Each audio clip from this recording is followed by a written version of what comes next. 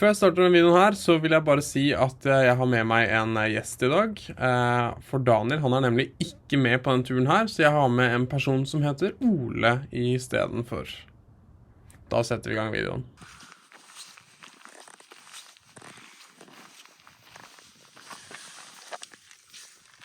Klar for tur? Klar som faen. Nice!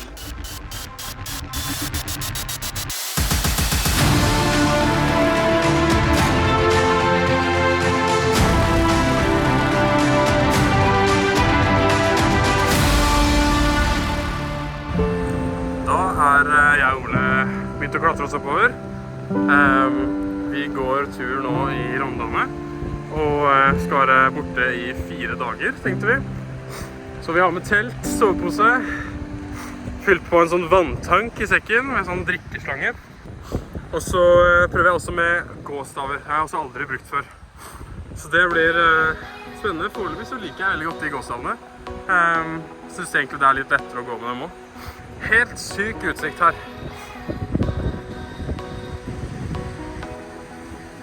Klokka er nå 15:09.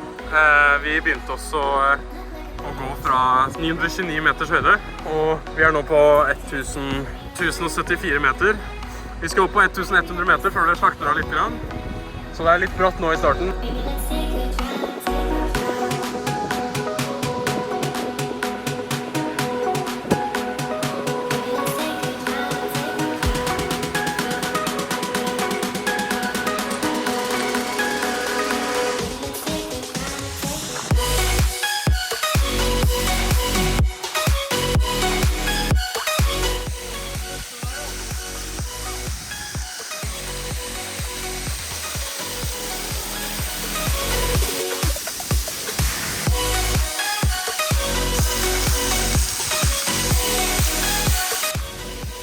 Da er vi oppe på 1176 meter over havet. Ganske fin utsikt, veldig fint rundt her. Vi har nå kommet til en foss som vi aldri har hørt om det før, liksom. Veldig vakkert. Det er, man ser utrolig langt her. Litt sånn lyder av naturen fra bekker, og så andre steder er det helt stille. Jeg synes det er helt nydelig. Vi har vært og kjøpt oss kart for å... Nå er vi i toppen her. Vi skal bort hit. Det er langt, ass. Hvor er vi, hva sa du nå? Vi er i toppen her nå. Ja. Det er et godt stykke igjen, for å si det sånn. Ja, nå må det bare strak. Ja, med vakker utsikt hele veien.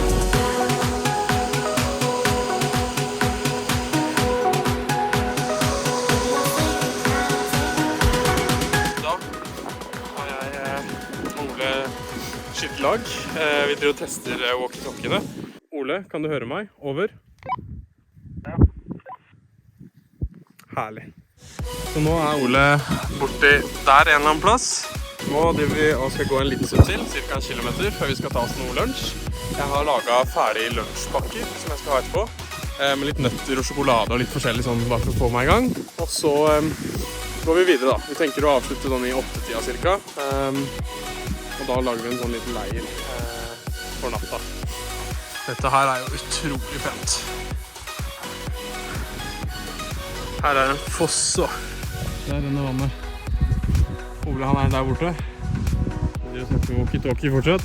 Mot din venstre så ser du litt regn, Johan. Nei, Ole snakker om noe regn der borte, som vi kan se. Håper at ikke det kommer hit. Det er ikke meldt noe regn, så vi satser på at vi går tørrfots? Tørrskott? Nei, ja. At vi er tørre når vi kommer fram, i hvert fall.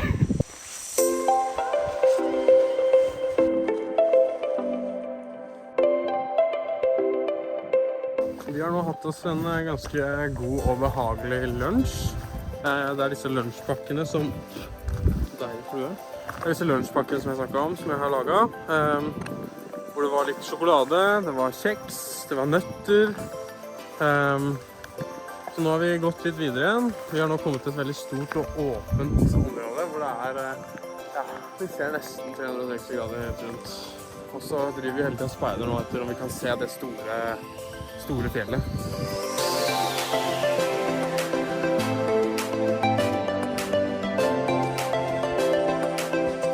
kommer visst ikke helt smertefritt denne fjellturen her.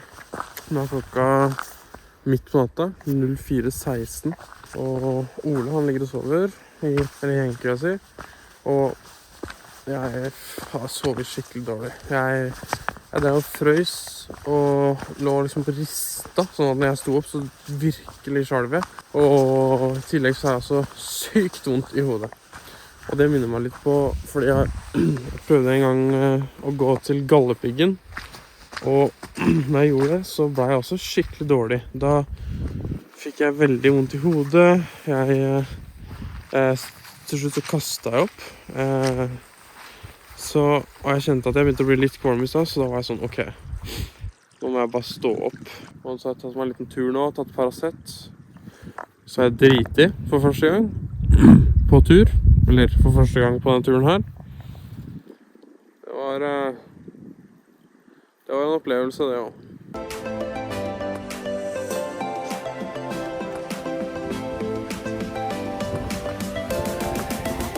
Dag 2. Nå er vi på vei mot der vi egentlig skulle avslutte etappen i går. Vi avsluttet litt før. Så nå er vi straks ved den hytta. Håper at det er innlagt vann på en turisthytta, for da kan vi flytte opp tanken på den. Jeg er helt oppe vann. Men vi får se. Hva synes du tror det har gått til nå? Det er veldig bra, ikke? Det var mye myr, så jeg er litt vått på beina.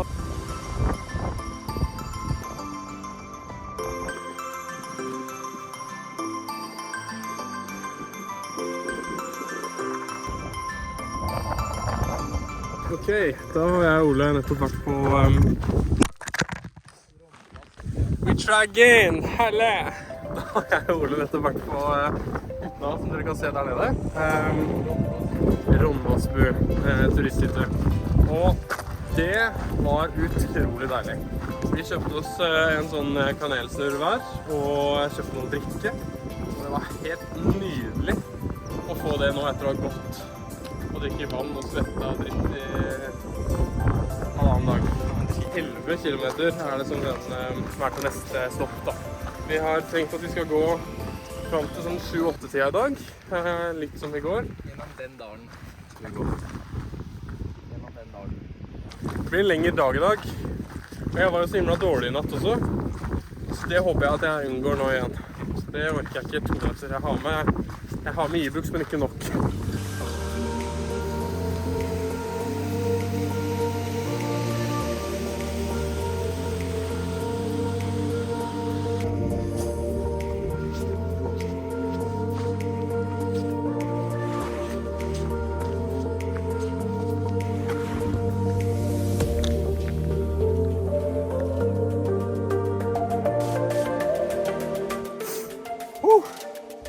Nå har vi gått et godt stykke. Vi har kommet til en del sånne små vann. Vi har nettopp stikket føttene ned i et vann også for å få vasket dem litt. Men så var det på med skittende sokker og sko med en gang, så det hjelper jo ikke så mye. Jeg føler at du er langt vekk fra alt av mennesker og ting og sånn. Og det synes jeg er veldig deilig.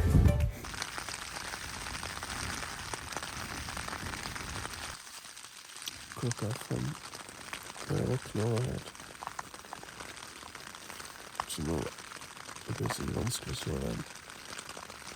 Dag, skal vi se, 3 med gåing. I natt hadde jeg en ganske god nattsøvn. Fikk virkelig sove godt og frøys ikke, og var ikke noe problem med noe vondt i hodet eller noe sånt heller.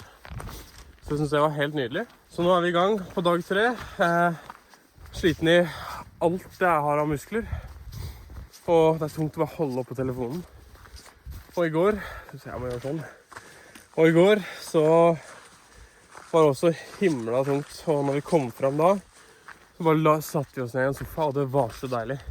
Og bare få slappe av ordentlig av. Men nå skal vi holde på å gå frem til sånn, 6-7, tenker jeg.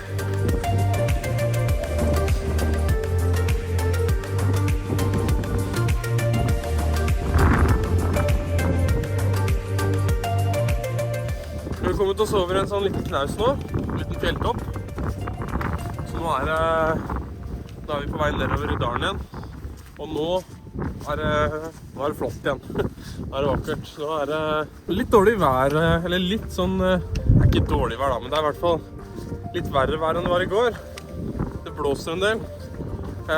Og så har det vært litt regn og sånn også, så vi måtte på med jakka. Men det er egentlig veldig deilig å slippe å bli så himla varm når man går. Så det var litt digg. Ja, Ole, fikk du lese kart da?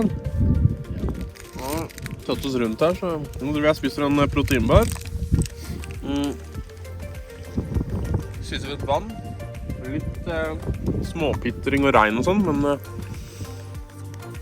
det går bra. Hvis det er noen som lurer på hvorfor jeg har på meg solbriller, så er det fordi at det er sykt deilig, for det er sånn styrke i dem, så ser jeg mye bedre. Etter det her så tenker jeg vi kan gå videre igjen.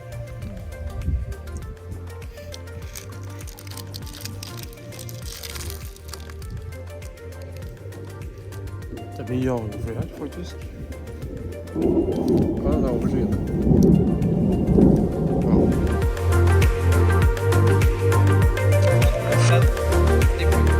Er du nærsynt?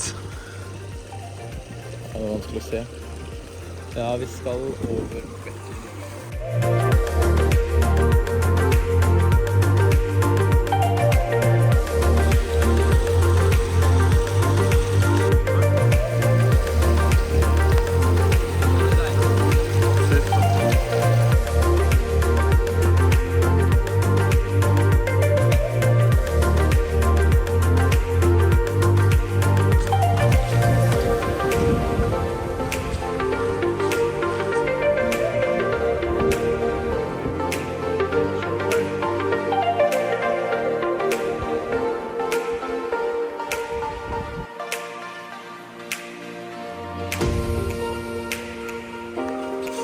Være med oss å gå?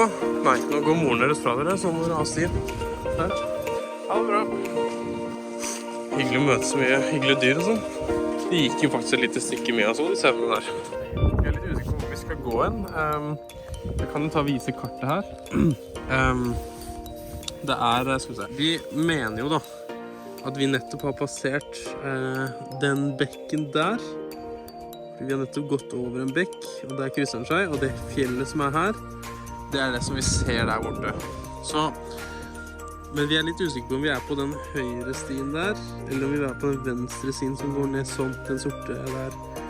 Men jeg tror egentlig vi er på den høyre der. Altså jeg tror vi har gått feil. Jeg tror vi må gå litt tilbake igjen opp her nå. Opp der, og så bytte til den stien der i stedet. For jeg tror vi er litt mer på den høyre stien her nå. Ja, jeg synes det går ganske greit å gå nå egentlig. Jeg er ikke sånn kjempesliten. Merker jeg er litt i alle muskler og vondt og sånne ting, men det går jo på en måte. Ja. Spennende siste biten. Vi har også tre på Instagram. Det siste som er telt, eller bare gå rett til bilen. Har du med deg bashing carry? Over! Nei, jeg la fra meg snickersen. Over. Jeg har fått en melding om at snickersen er plassert. Over.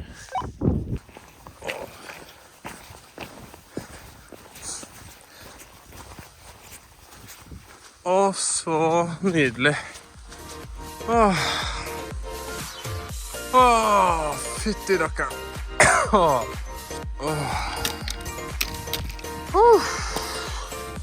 Ola, han er fortsatt et stykke bak. Jeg vil ha med dem også snart. Fytti rakkeren, jeg er sliten. Jeg har nesten løpt ned den fjellveggen, vært så dritsliten, men bare tenkt at nei, jeg skal ikke stoppe. Og nå er jeg her nede. Der vi startet. Jeg kjenner at alt er ødelagt. Musklene mine er helt knekt, og føttene mine er såre og vonde. Men jeg klarte det. Og det her er det sykeste jeg har gått i hele mitt liv. Det er helt sykt.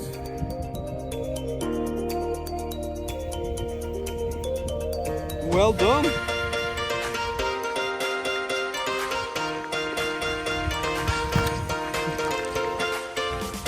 Grattis!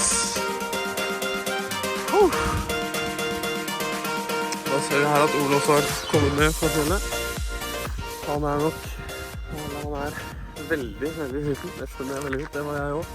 men alt gjør vondt, så uff, og det kommer til å bli enda verre i morgen, tror jeg. Og vi har en lang tur hjem foran oss. Ja. Nei, men takk for at du så på den videoen her. Ligg i nakken. Det har vært en utrolig bra tur. Vi ses.